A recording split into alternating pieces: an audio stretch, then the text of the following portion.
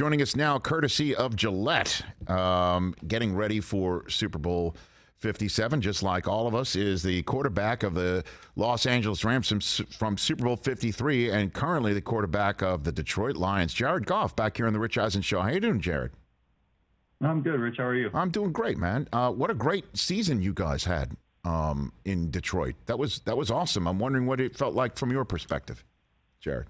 Yeah, it was really fun, man. It was really fun mostly to do it with a lot of the guys that were there and certainly the coaches, but a lot of the players that were there the year prior where things weren't as good, and to be able to come back and improve and get better and you know, put our process in place and see the results pay off is super rewarding. So it was fun, but we got a lot of work to do this offseason to continue to go in that direction. Yeah, absolutely. And it seems to me, again, whatever Coach Campbell is selling, the rest of the team is buying. What is he selling, Jared?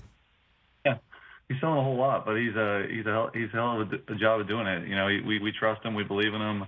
You know, he's a lot of fun to play for. I think, you know, our toughness, our grit is kind of what we rely on. But, you know, I think ultimately us coming together as a team has been the most important part, and sticking together and trusting each other and trusting the coaches and them trusting us. It became a really good family there and something that's continuing to grow. You got a good Dan Campbell story? You got a favorite Dan Campbell story when you said it's fun to play for him? You got one for me, Jared? Yeah, I'm running out because I get asked this question probably more than anything in my life nowadays. Okay. But yeah, I mean, I could give you a few. Please. I gave one earlier today, but he was speaking in a team meeting, and I actually had forgot about this story. Just to give you some reference on it, I forgot about this story because it was so long ago until St. Brown brought it up this weekend at the Pro Bowl. But he was speaking at a team meeting one time, and he must have a fake tooth, and his tooth fell out. And he kind of just picked it up off the floor, put it back in, and just kept talking like nothing happened. And maybe that's why I forgot about it, because it seems somewhat normal at the time. So I guess it's a fake tooth is like, I'm thankfully I have everything in my mouth right now is still the genuine article. A tooth is like gum. There's a 5-second rule when it drops on the floor. Is that what you're saying? Oh yeah, for sure. It was definitely less than 5 seconds. He's in the clear. But nobody after the meeting said, hey, did anybody notice Coach's fake tooth popped out and he popped it back in the mouth and kept talking? Like, it may have been like a serious meeting. I don't quite remember. I think it was last training camp. So I think we kind of just let it go and moved on. And I had forgot about it actually until St. Brown brought it up this weekend. So Hard Knocks has video of it? Was it this past training camp? No, it was last year, like 2021. Otherwise, that would have been on HBO like it was The Sopranos in 2 seconds flat. That would have made it big time. Okay, so because it does seem to me that when you watched some of the playoff games this time around, did you think had we gotten in, had the results happened the way that you needed, somebody might not have won a game because you would have gone in and knocked them off? Any thought on that, Jared? I'm sorry, Rich? When you're watching the playoffs this year, did you think, hey, if we were there, we would have gone further, we would have beaten this team that won? Did you sit there and think that? Yeah.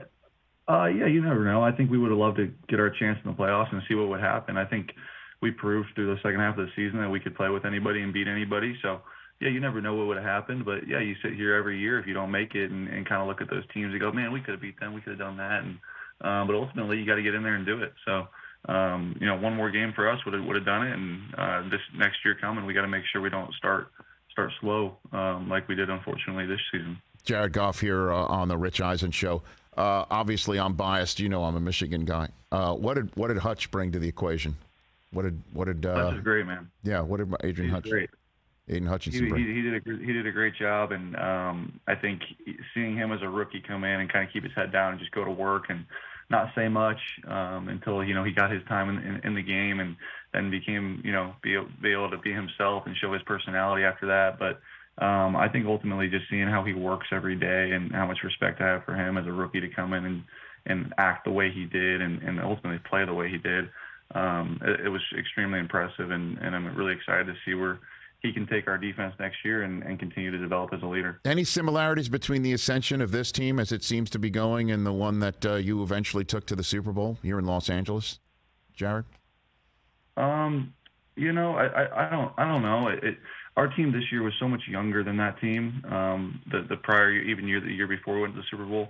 it was a different path. It was very fun this year. It was very like young and naive, but it was fun. It was really fun for me to watch those young guys kind of grow into their role and be able to start playing really well and be able to enjoy success together and have a lot of these guys taste that they haven't had in this league. And that was the difference is a lot of these guys were kind of up and coming, and I think in LA there was a little bit more veteran presence, but we're on our way there, and we have a much more veteran presence this year than we had last year. So do you feel like the old guy around him? Is that what you're saying, Jared, or am I just picking stuff up? What do you think? Maybe it's just a function of me being older now. Probably. Okay. It's hard to make that comparison, but yeah, I think ultimately I am. I'm going into year 8 now, and me and Taylor Decker are the two old guys on the offense, and I don't know if we have anyone that's going to be older than year 8 on defense, unless we do something in free agency. But yeah, I do feel like the old one, certainly. Okay. And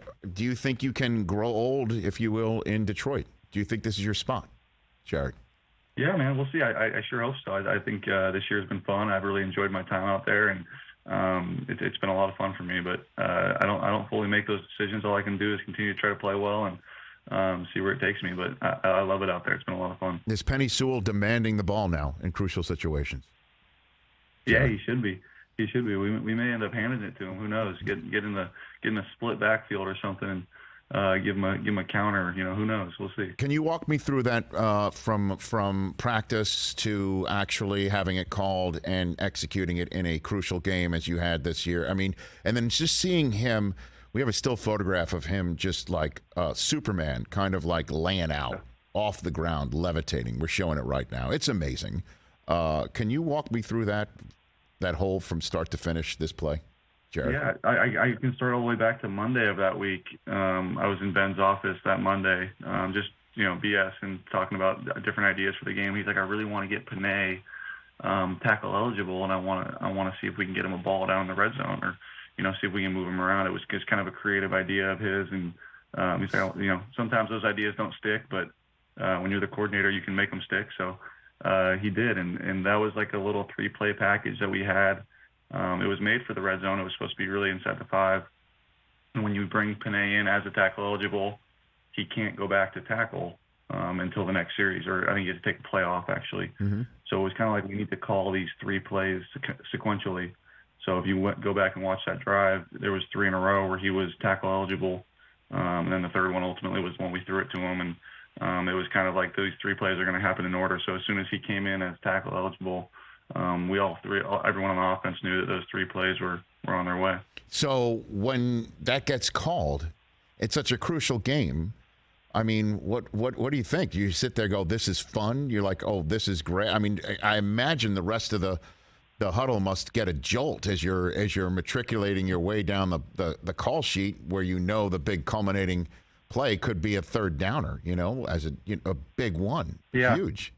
Yeah, I think to be honest, there wasn't much flinch. There wasn't much like overexcitement. I think there may have been like a timeout after the second down play, so we had some time to sit there and talk about it. And I'm getting on the headset, hey, tell Penei, don't go out of bounds, secure the catch, just fall forward, all these coaching points. And I'm relaying them to Penei. Hey, Penei, they're telling me, just so let's do this. And finally, Jonah Jackson, our left guard's like, hey, man, he's got it. Like, leave him alone. He's got it. And I'm like, all right.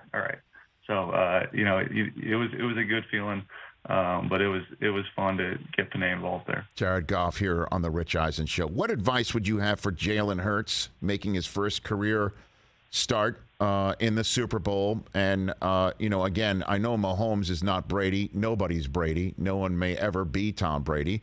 But he is an incredibly accomplished young quarterback that's potentially the MVP of the league. So I imagine there's some sort of similarities between your first Super Bowl start in Super Bowl 53 against Brady and what Hurts might be thinking right now. What advice would you give him, Jared?